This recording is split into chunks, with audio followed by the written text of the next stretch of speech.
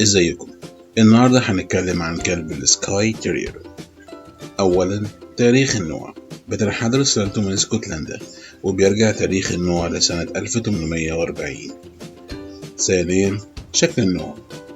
شكله غير أي كلب تاني هتشوفه، لونه رصاصي أو أسود وشعرته طويل، جسمه قصير وطويل، ودانه بتكون مدببة. ارتفاع النوع بيتراوح من 20 ل 25 سنتي، ووزنه بيتراوح من 12 ل 18 كيلو جرام.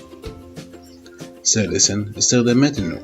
كان وما زال بيستخدم ككلب صيد للقوارض بسبب جسمه قريب من الأرض واللي بيساعده على كده، وأيضا بيعتبر كلب أسرة ممتاز.